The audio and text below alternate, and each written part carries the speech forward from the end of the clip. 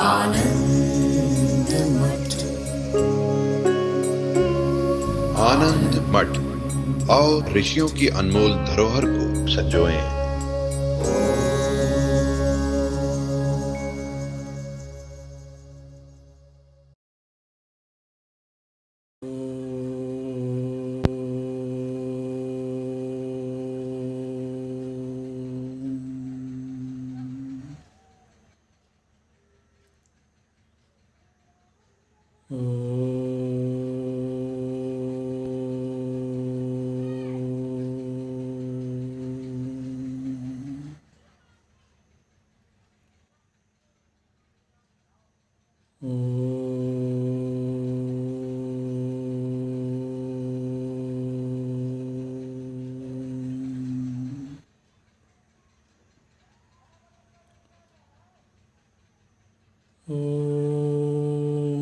भद्रं कर्णेभिः शृणुयाम देवाः, भद्रं पश्येमाक्षभिर्यजत्राः, स्थिरैरङ्गैस्तुष्ट्वागुंसस्तनूभिः व्यशेम देवहितं यदायुः। स्वस्ति न इन्द्रो वृद्धस्रवाः, स्वस्ति नः पूषा विश्ववेदाः, स्वस्ति नस्तार्क्ष्यो अरिष्टनेमिः, स्वस्ति नो बृहस्पतिर्दधातु। ॐ शान्ति शान्ति शान्तिः।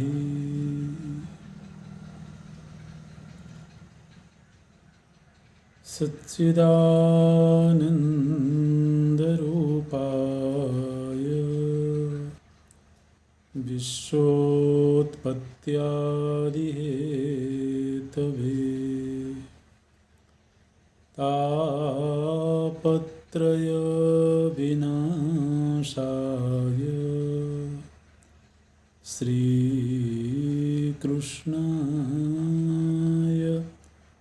वयं नमः। श्रीकृष्णाय वयं नमः। नारायणं नमस्कृत्य नरं चैव नरोत्तमं, देवीं सरस्वतीं व्यासं ततो जयमुदीरयेत्। ततो जयमुदीरयेत्।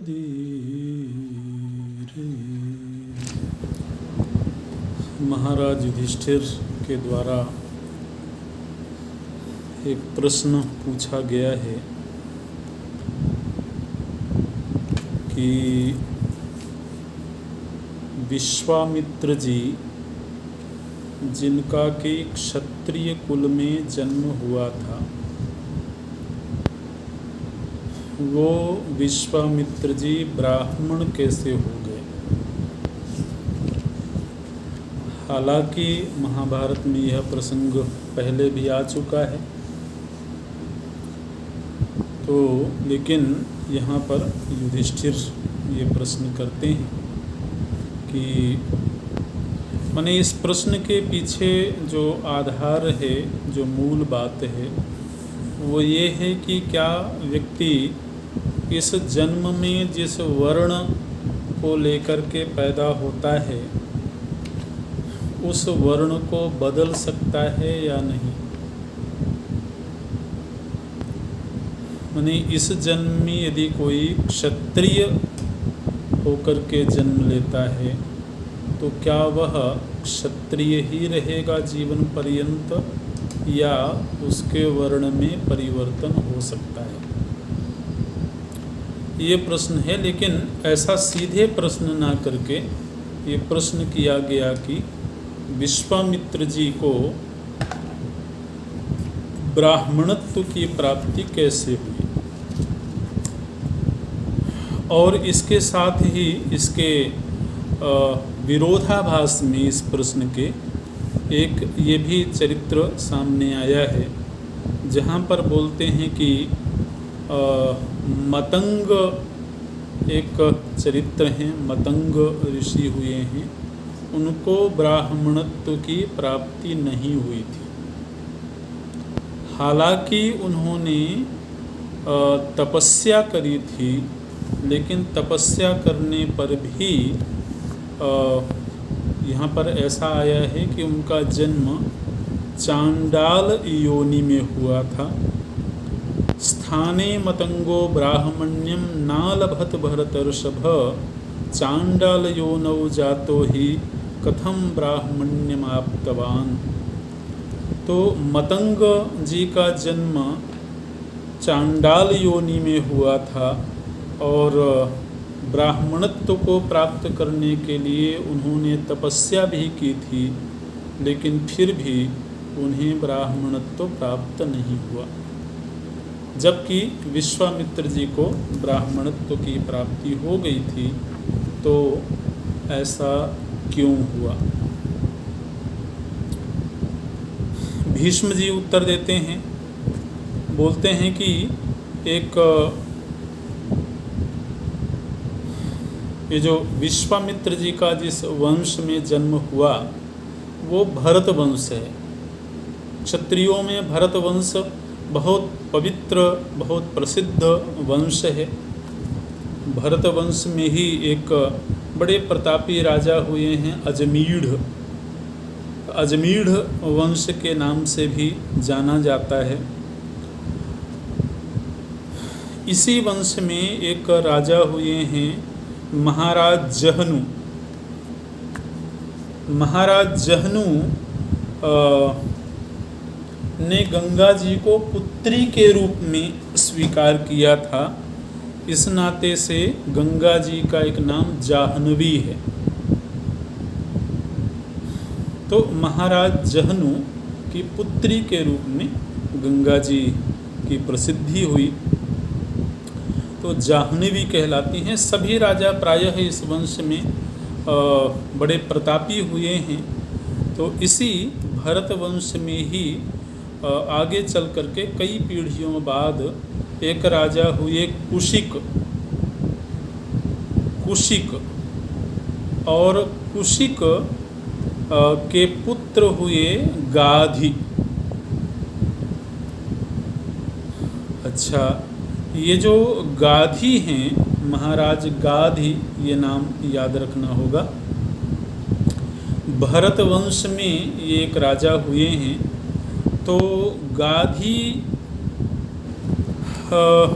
के कोई संतान नहीं थी, तो उन्होंने संतान प्राप्ति की इच्छा से सोम याग किया। वन में जाकर के उन्होंने सोम याग किया और उस यज्ञ से उनको एक पुत्री की प्राप्ति हुई जिसका नाम है सत्यवती। तो सत्यवती नाम की पुत्री प्राप्त हुई हैं किनको?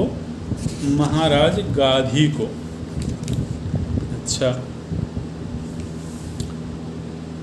उसी समय में, उसी काल में भृगुवंश, देखिए जो भरत वंश है ये क्षत्रियों का कुल है, भृगुवंश ये ब्राह्मणों का कुल है। भृगुवंश में अनेक ऋषि हुए हैं, ब्रह्मनिष्ठ ब्राह्मण हुए हैं। इसी भृगुवंश में ही च्यवन ऋषि हुए हैं। इसी वंश में च्यवन ऋषि के पुत्र हैं ऋचिक। तो ये जो ऋचिक हैं, इन्होंने महाराज गाधी से जा करके उनके कन्या की मांग करी। महाराज गाधी की कन्या हैं सत्यवती, और ये जो ऋचिक हैं ये भृगुवंशी हैं, माने ब्राह्मण हैं। तो इन्होंने महाराज गाधी से जाकर के उनके पुत्री को मांगा है। महाराज गाधी ने मना कर दिया। आरंभ में तो उन्होंने ये सोच करके कि ये जो ऋचिक हैं ये एक गरीब हैं और गरीब ब्राह्मण हैं इसलिए, और मेरी पुत्री राजकुमारी है तो ये इनके साथ कैसे रह पाएगी, ऐसा सोच करके महाराज गाधी ने अपनी कन्या देने से मना कर दिया। लेकिन जब ऋचिक राजभवन से लौटने लगे तो महाराज गाधी को लगा कि कहीं ऐसा न हो कि ये जो ऋषि हैं ये क्रोधित हो जाएं, नाराज हो जाएं और नाराज होकर के किसी प्रकार का ये शाप दे दें। तो इनके सामने ऐसी शर्त रख देता हूँ जिस शर्त को ये पूरी नहीं कर पाएंगे और मुझे अपनी कन्या भी नहीं देनी पड़ेगी। तो महाराज गाधी ने ऋचिक ऋषि से कहा कि मैं कन्या का विवाह आपके साथ कर सकता हूँ, लेकिन मुझे उसके लिए कुछ शुल्क चाहिए। शुल्क लेकर के भी कन्या देने का प्रावधान हमारे शास्त्रों में आता है। अच्छा, तो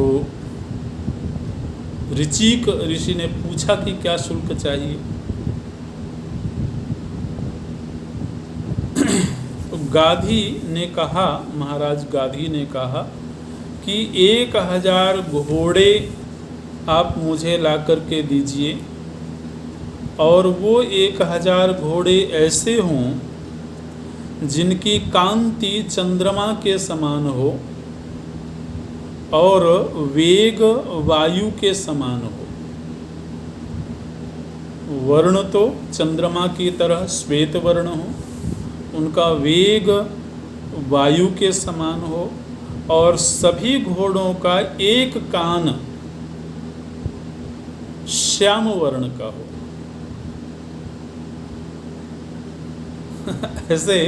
ऐसे 1000 घोड़े आप शुल्क के रूप में हमको ला करके दीजिए, तभी हम अपनी कन्या आपको दे सकते हैं। अच्छा, ऋचिक ऋषि वहाँ से चले गए। उन्होंने कहा कि अब जब ये शुल्क मैं एकत्र कर लूँगा तभी आपके पास आऊँगा। बहुत तपस्वी ऋषि हैं वो। तो उन्होंने जाकर के वरुण देवता की आराधना करी, वरुण देवता को प्रसन्न किया, और वरुण देवता जब प्रसन्न हुए तो ऋचिक ऋषि ने उनसे इसी तरह से 1000 घोड़ों की मांग करी। वरुण देवता प्रसन्न थे, और देवताओं के लिए कोई भी चीज़ असंभव नहीं होती है। तो वरुण देवता ने ऋचिक ऋषि से कहा कि आपको आपकी अभीष्ट वस्तु की प्राप्ति होगी। आप किसी भी जगह पर जहाँ पर भी जल का स्थान हो, सरोवर हो, सरिता हो, तो वहाँ पर आप 1000 घोड़ों को प्राप्त कर सकते हैं। आप जैसे ही मांग करेंगे जलाशय के पास जाकर के, उस जलाशय से 1000 घोड़े निकल आएंगे और आपको प्राप्त हो जाएंगे। ऋचिक ऋषि प्रसन्न हुए, और फिर वो गंगा जी के तट पर जाकर के उन्होंने 1000 घोड़ों की मांग करी है, और गंगा जी से 1000 घोड़े प्रकट हो गए। एक एक करके गंगा जी से निकल आए और वो सभी श्वेत वर्ण हैं, वायु की समान उनकी गति है और सभी के एक एक कान श्याम वर्ण के हैं। वह जो स्थान है जहाँ से गंगा जी से अश्व प्रकट हुए थे, आज भी वो स्थान कन्नौज के पास में अश्वतीर्थ के नाम से प्रसिद्ध है। अश्वतीर्थ कन्नौज के पास में ये गंगा जी के पास स्थान है। तो वो घोड़े लेकर के गए हैं ऋचिक ऋषि महाराज गाधी के पास में, और गाधी तो आश्चर्यचकित हो गए हैं।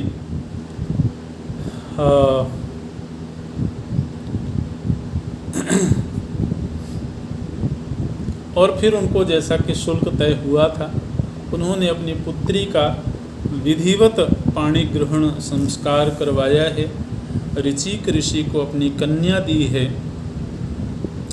और सत्यवती भी ऐसे दिव्य पुरुष को प्राप्त करके प्रसन्न हैं, आनंदित हैं।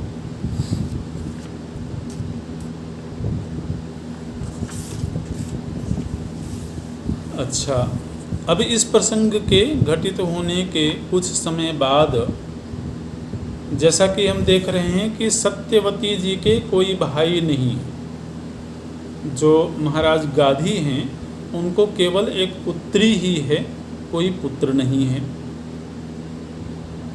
अब इधर जब सत्यवती विवाहित होकर के चली गई वो ऋषि ऋचिक के साथ में, कुछ समय बाद ये जो ऋचिक ऋषि हैं इनको भी पुत्र की कामना हुई। सत्यवती जी को पुत्र की कामना हुई और ऋचिक ऋषि के सम्मुख उन्होंने अपनी इच्छा को प्रकट किया। ऋचिक ऋषि ने कहा कि मैं तुम्हारे लिए यज्ञ आयोजित करूंगा और तुमको एक दिव्य पुत्र की प्राप्ति होगी। ये वचन ऋचिक ऋषि ने अपनी पत्नी को दे दिया। कुछ समय बाद सत्यवती अपने मायके गई होंगी, तो उन्होंने अपने माता जी के सामने ये बात कही कि हमको शीघ्र ही एक दिव्य पुत्र की प्राप्ति होने वाली है। तो सत्यवती जी की माता जी ने कहा कि मैं भी अब तक पुत्रहीन हूँ, तो तुम्हारे जो पति हैं वो ऋषि हैं, तो तुम उनसे मेरी ओर से ये निवेदन करना कि मेरे लिए भी वो कोई यज्ञ करें, कोई चरु का निर्माण करें, जिससे कि मुझे भी संतान की माने पुत्र की प्राप्ति हो सके। अच्छा, सत्यवती गई हैं वापस और उन्होंने ऋचिक ऋषि के सामने ये निवेदन कहा है। ऋचिक ऋषि चूँकि वो तपस्वी हैं, तो उन्होंने इस निवेदन को स्वीकार कर लिया है और निवेदन को स्वीकार करने के बाद कुछ समय बाद, अब ये बड़े अद्भुत प्रसंग हैं, उन्होंने कहा कि मैंने तुम दोनों के लिए, मतलब तुम्हारे और तुम्हारी माता के लिए अलग अलग चरु का निर्माण किया है, मंत्रों से पवित्र करके चरु का निर्माण किया है और इस चरु को तुम दोनों को ग्रहण करना है, जिसके लिए जो चरु बनाया गया है।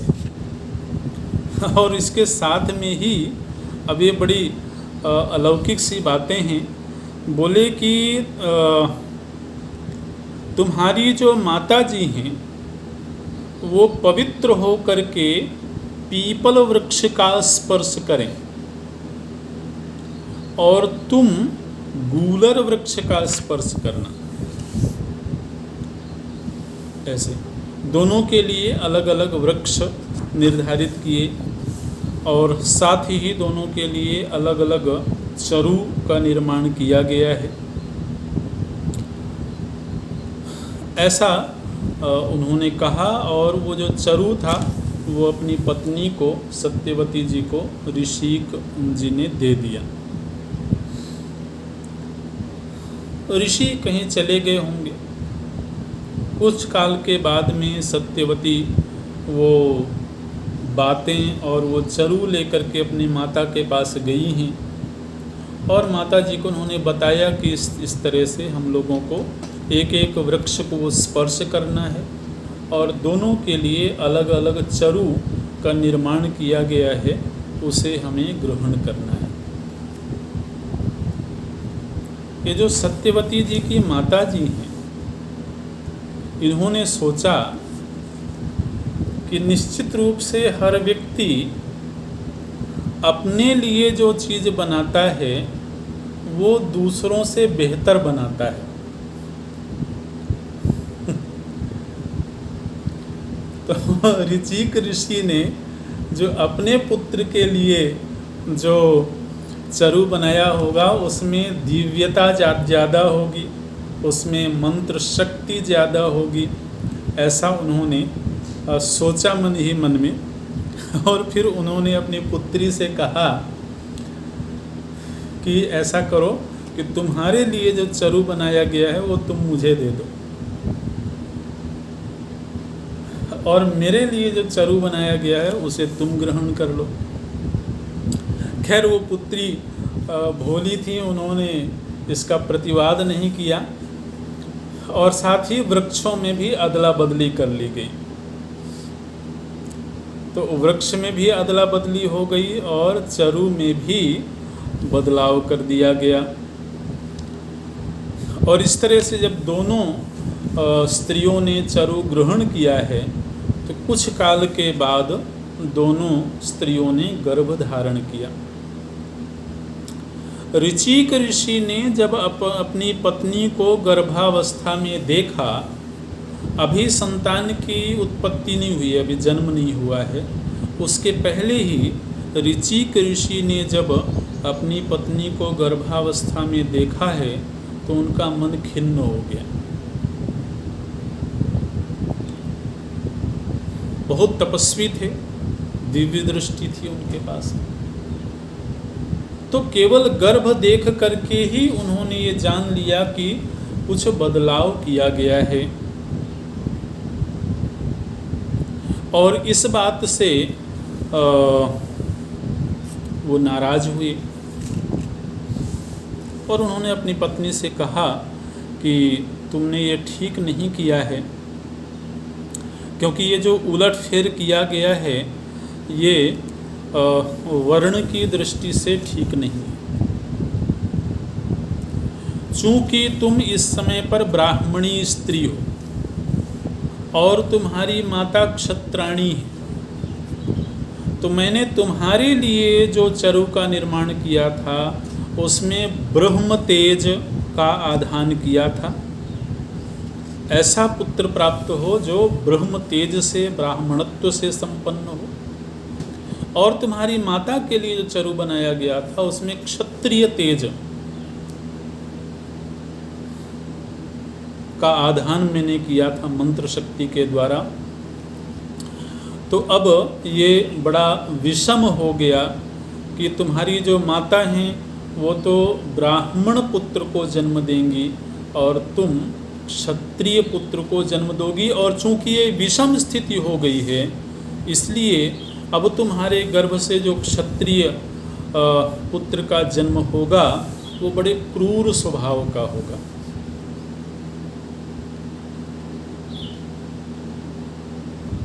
क्रूर नहीं बल्कि उग्र स्वभाव का। क्रूरता में तो हिंसा है और उग्र मतलब उसमें उग्रता होगी, ऐसा ऋचिक ऋषि ने कहा। तो सत्यवती जी बहुत घबराईं, बड़ी दुखी हुई और उन्होंने अपने पति से निवेदन किया कि मैं ये चाहती हूँ कि मेरा पुत्र जैसा आप कह रहे हैं वैसा न होवे, बल्कि पुत्र की जगह पौत्र वैसा हो जाए।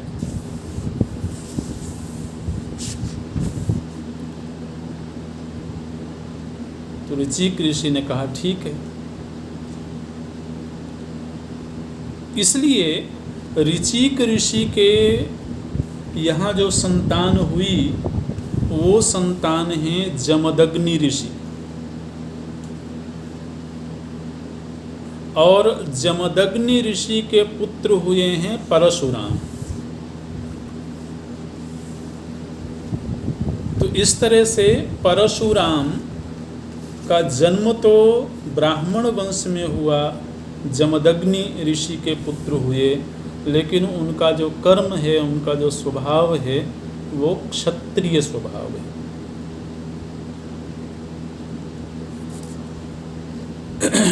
और दूसरी तरफ महाराज गाधी की पत्नी से जिस पुत्र का जन्म हुआ वो विश्वामित्र है। तो विश्वामित्र का जन्म तो हुआ है क्षत्रिय कुल में, किंतु उनका जो बाद में आचरण चरित्र हुआ और जो स्वभाव बना वह ब्राह्मणों का हुआ। और विश्वामित्र जी के आगे जो कुल परंपरा चली है, उनके आगे जो वंश परंपरा चली है वो फिर ब्राह्मण वंश कहलाया। इस तरह से विश्वामित्र जी के पहले तक वही वंश क्षत्रिय वंश था, लेकिन फिर आगे जाकर के वो ब्राह्मण वंश हो गया। तो उसी वंश में फिर अनेक बहुत विद्वान ब्राह्मण हुए हैं। मधुच्छंदा ऋषि, देवरात, अक्षीण, शकुंत, बभ्रु, कालपथ, याज्ञवल्क्य, इस तरह से तो अनेक नाम यहाँ पर बताए गए हैं। तो भीष्म जी ने कहा कि ये जो विश्वामित्र जी को ब्राह्मणत्व की प्राप्ति हुई वो एक विशेष घटना है, वो एक सामान्य घटना नहीं है कि क्षत्रिय वंश में जन्म लेकर के और उन्होंने तपस्या से ब्राह्मणत्व को प्राप्त किया, ऐसा नहीं है। बल्कि उस पूर्व घटना के वजह से उनको ब्राह्मणत्व की प्राप्ति हुई। तो ये एक अध्याय में ये प्रसंग आया जहाँ पर प्रश्न पूछा गया था। इसी तरह से प्रश्नोत्तर की परंपरा आगे चलती है।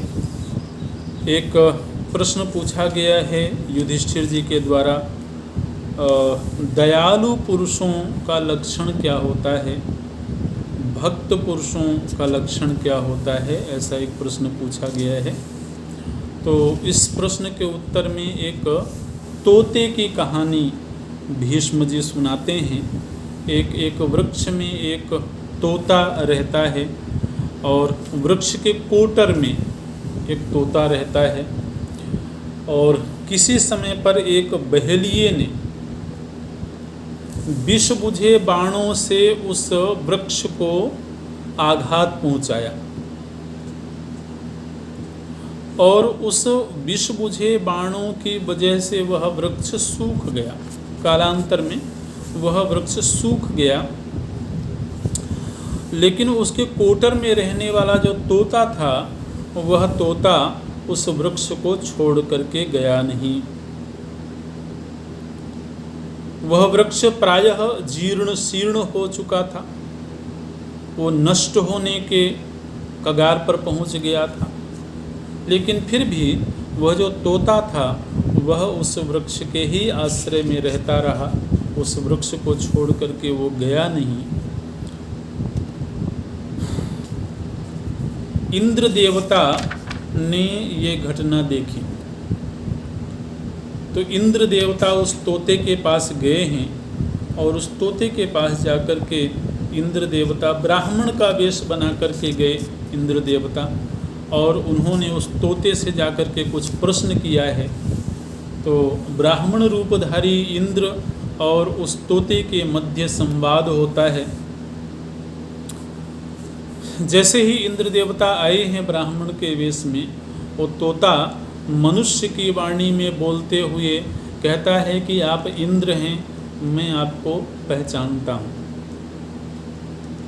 इस तरह से।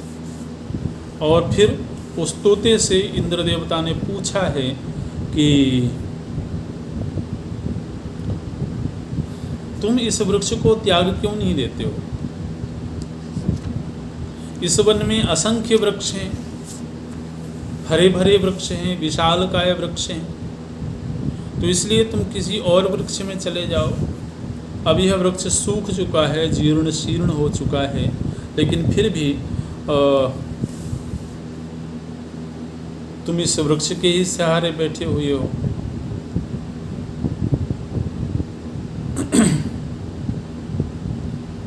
तो तोता बोलता है इंद्र से, बोला कि हे देवराज, इस वृक्ष में ही मेरा जन्म हुआ, इस वृक्ष में ही मैं पला बढ़ा, इस वृक्ष में ही रह कर के मैंने अच्छे अच्छे गुण सीखे,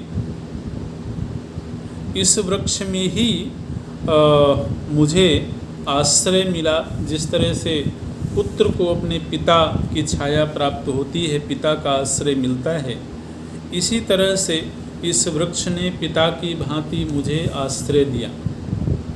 जब भी कभी मेरे ऊपर शत्रुओं का आक्रमण हुआ, इस वृक्ष ने ही मुझे उन शत्रुओं से बचाया। इसलिए इस वृक्ष के प्रति मेरे मन में बड़ा सम्मान का भाव है, बड़ा भक्ति भाव है, और यह वृक्ष चाहे नष्ट ही क्यों ना हो जाए, लेकिन मैं इस वृक्ष को छोड़ करके कहीं नहीं जाऊंगा।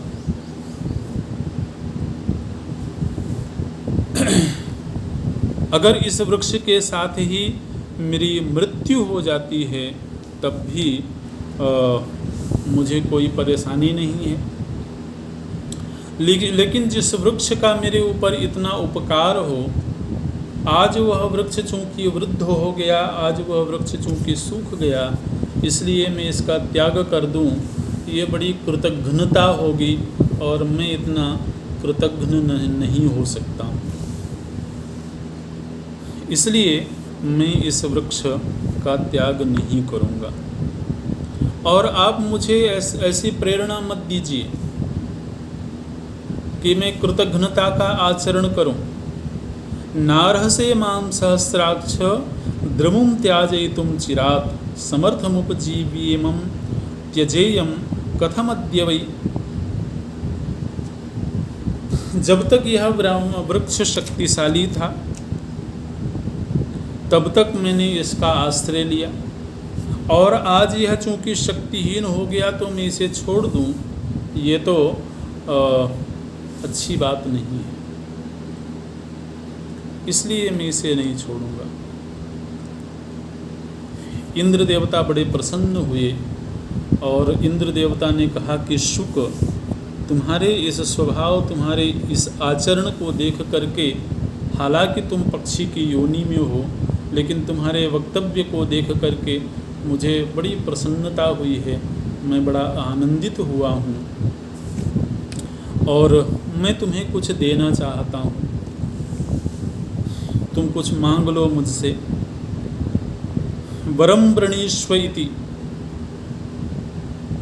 तो जब देवराज इंद्र ने कहा कि वर मांग लो, तो वह शुक वर मांगता है कि हे देवराज, यदि आप मुझे वर देना चाहते हैं तो मैं ये वर मांगता हूँ कि यह वृक्ष पहले की तरह ही हरा भरा हो जाए।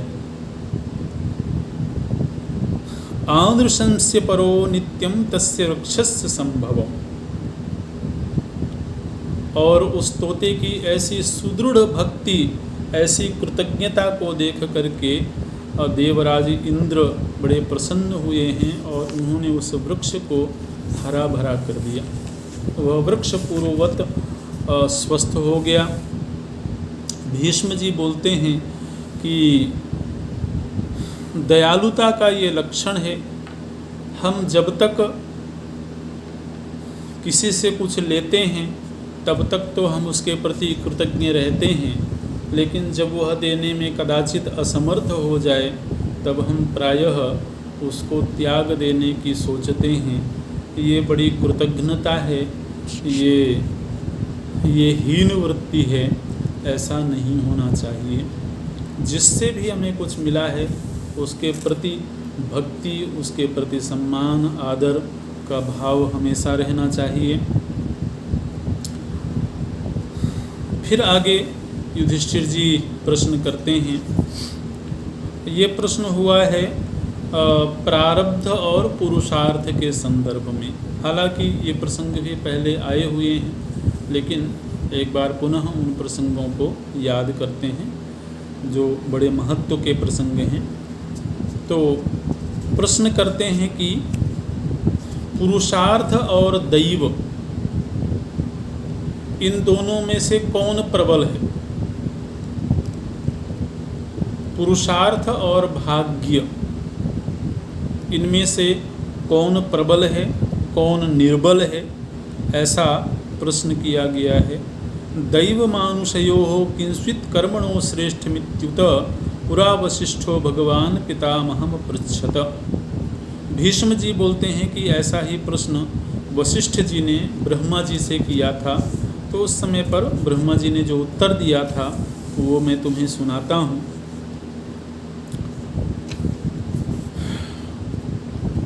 बोलते हैं कि बीज से अंकुर की उत्पत्ति होती है, अंकुर से पत्ते निकलते हैं, पत्तों से ही फिर आगे वृक्ष बढ़ता है, उसमें डालियां निकलती हैं, उसमें तने निकलते हैं, फिर वह वृक्ष ही फलित होता है, पुष्पित होता है और उसमें फिर और अनेक बीज बनते हैं। बहुत सुंदर दृष्टांत के जरिए ये भाग्य और पुरुषार्थ को समझाया गया है यहाँ पर। तो बोले कि यह जो बीज है,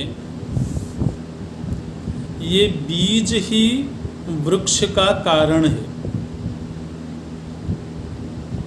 और उस बीज से ही फिर असंख्य बीज बनते हैं। एक बीज जब वृक्ष में परिणत होता है तो उस वृक्ष में जब फल लगते हैं तो फिर उन फलों में भी असंख्य बीज तैयार हो जाते हैं। लेकिन ये बीज बिना मिट्टी के वृक्ष को प्रकट नहीं कर सकता।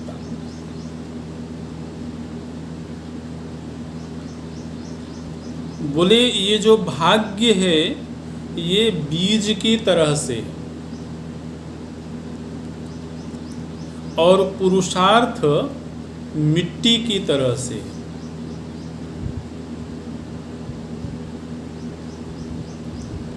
पुरुषार्थ होगा तो भाग्य को वृक्ष बनने की पृष्ठभूमि तैयार होगी। कोई व्यक्ति पुरुषार्थ ना करे और वह केवल भाग्य के अधीन होकर के ही बैठा रहे तो वो भाग्य उस बीज की तरह से है जिस बीज को बोया नहीं गया है। ये बात सच है कि बीज में वृक्ष बनने की सामर्थ्य है, लेकिन वह बीज भी वृक्ष तभी बनेगा जब वह उचित वातावरण को प्राप्त करे।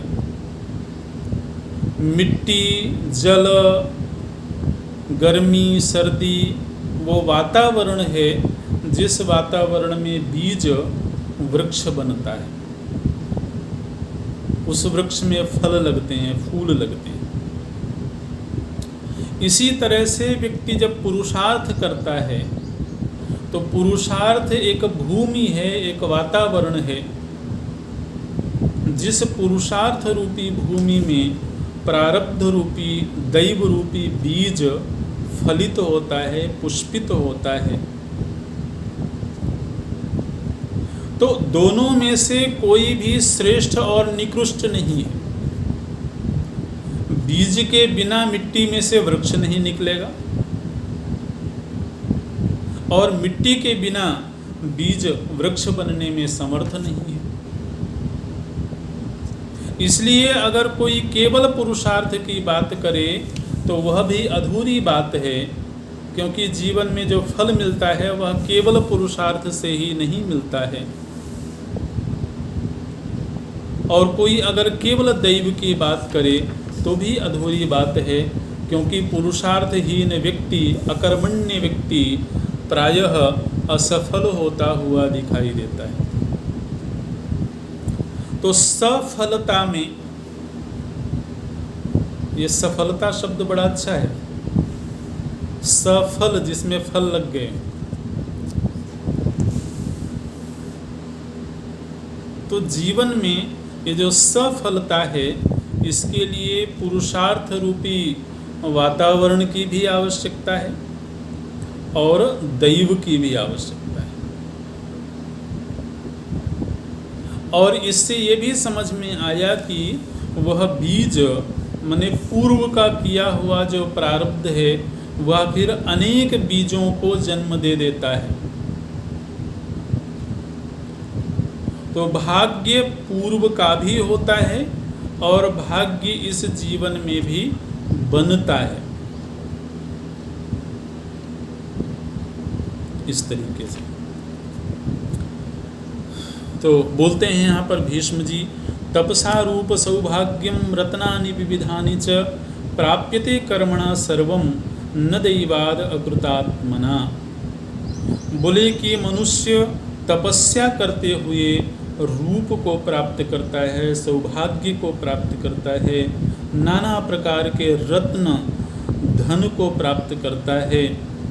किंतु यदि कोई व्यक्ति केवल भाग्य के भरोसे ही निकम्मा होकर के बैठा रहे तो उसे इनमें से कुछ भी प्राप्त नहीं होता है।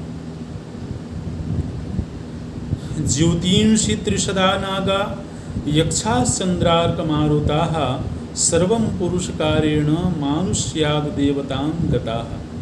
बोलते हैं आज जो भी जीव नक्षत्र बन करके बैठे हुए हैं, जो देवता हैं, नाग हैं, यक्ष हैं, चंद्रमा, सूर्य, वायु, ये सब दैवी सत्ताएं हैं। तो जो जीव आज इस देवत्व को प्राप्त हुए हैं वो सब वही जीव हैं जिन्होंने मनुष्य लोक में रह करके पुरुषार्थ किया है। तो मनुष्य जीवन में किया हुआ पुरुषार्थ ही उनको देव योनि में ले जाकर के प्रतिष्ठित करता है।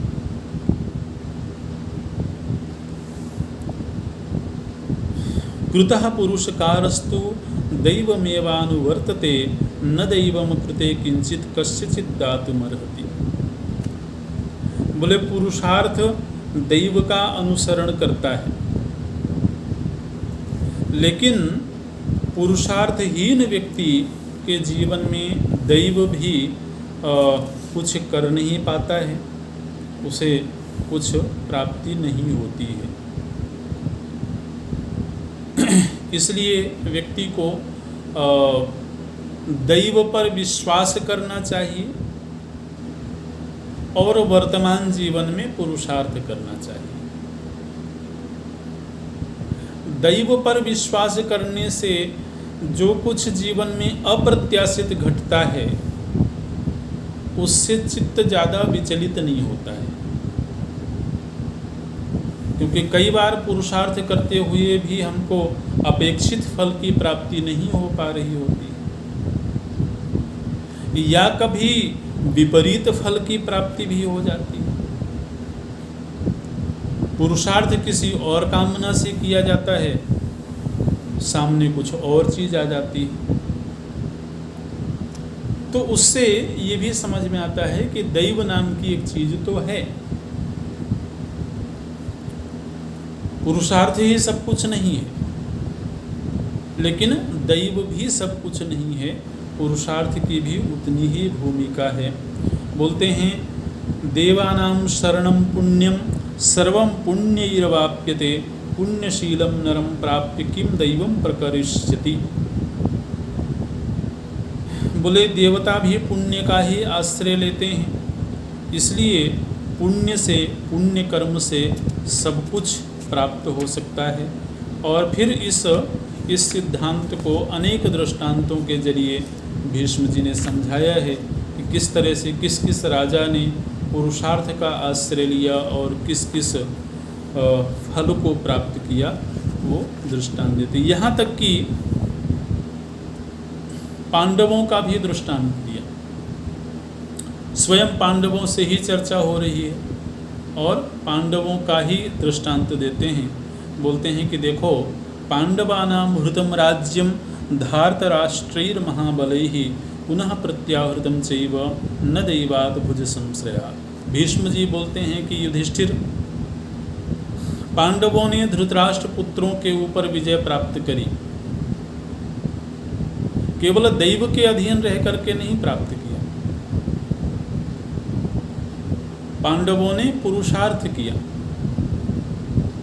और पुरुषार्थ करके उनको अपने बाहुबल से राज्य लक्ष्मी की प्राप्ति हुई है। इसलिए व्यक्ति को पुण्य का संचय तो अवश्य करना चाहिए। व्ययगुणमपि साधुं कर्मणा संश्रयन्ते भवति मनुजलोकाद् देवलोको विशिष्टः बहुतर सुसमृद्ध्या मानुषाणां गृहाणि पितृवन भवनाभं दृश्यते चामराणाम। बोलते हैं कि जो व्यक्ति दान रूपी पुण्य कर्म करता है और यहाँ तक कि दान करते करते वह निर्धन हो गया हो, ऐसे व्यक्ति के सामने देवता आकर के और उस व्यक्ति का सत्कार करते हैं। ऐसे निर्धन व्यक्ति का देवता भी सत्कार करते हैं जो दान देते हुए निर्धन हो गया हो। लेकिन दूसरी तरफ जो समृद्धि संपन्न हो किंतु उसके जीवन में दान वृत्ति ना हो, तो देवता लोग उसके घर को स्मशान की तरह मानते हैं। उसके घर में देवताओं का आगमन प्रायः नहीं होता है। फिर इसी क्रम में कुछ सुउक्तियाँ अलग अलग आश्रमों से संबंधित बोलते हैं। गृहस्थाश्रम के संबंध में बोलते हैं कि पाद्यमासन में वाद्य दीपमन्नम प्रतिश्रयम दद्यातिथि पूजार्थम सैज्ञः पंच दक्षिणा। बोले कि गृहस्थाश्रम में रहते हुए जो व्यक्ति घर में आए हुए अतिथि का पाद प्रक्षालन करता है, उनके चरण धुलता है, उनको बैठने के लिए उचित आसन प्रदान करता है, दीपक जला करके उनके सामने प्रकाश करता है, उनको खाने के लिए स्वच्छ और पवित्र अन्न देता है और ठहरने के लिए सुखद आवास की व्यवस्था करता है। तो इस तरह से यह जो अतिथि सत्कार है यह यज्ञ है। इसको पंच दक्षिण यज्ञ बोलते हैं। अतिथि के चरण प्रक्षालन करना, उनको बैठने के लिए पवित्र आसन देना, उनके सामने प्रकाश करना, पवित्र भोजन देना और सुखद निवास की व्यवस्था करना, ये जो 5 क्रियाएं हैं इनको पंच दक्षिण यज्ञ कहा जाता है। इस तरीके से तो इस तरह से जो व्यक्ति यज्ञ करता है वह पुण्य का भागी होता है, पुण्य का भाजन बनता है। धनम लभेत दानेन मौनेनाज्ञा विशांपते उपभोगांश तपसा ब्रह्मचर्येण जीवितम। दान की बड़ी महिमा गाते हैं और सेवा के संदर्भ में बड़ी महिमा का यहाँ पर गायन किया गया है। फिर बोलते हैं स्पृहयामि द्विजातिभ्यो येषां ब्रह्म परम धनम येषां स्वप्रत्यय स्वर्गः तपः स्वाध्याय साधनम। ब्राह्मणों के संदर्भ में एक प्रश्न किया गया था युधिष्ठिर जी के द्वारा। तो ब्राह्मण की एक बड़ी अच्छी परिभाषा यहाँ पर भीष्म जी देते हैं। बोलते हैं कि मैं उसी को ब्राह्मण मानता हूँ जिसका वेद ही परम धन हो। येषाम ब्रह्म परम धनम, जो वेद को ही अपना परम धन मानता है वही शुद्ध ब्राह्मण है।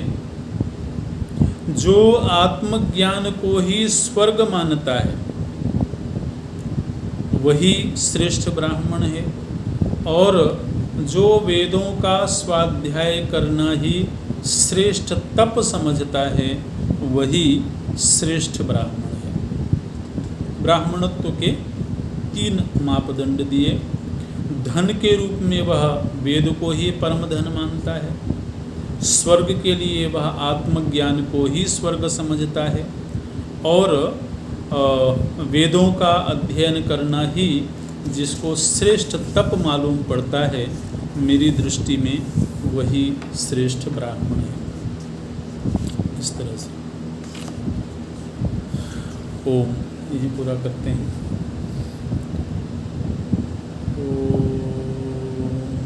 पूर्णमदः पूर्णमिदं पूर्णात् पूर्णमुदच्यते पूर्णस्य पूर्णमादाय पूर्णमेवावशिष्यते। ओम शांति शांति शांति।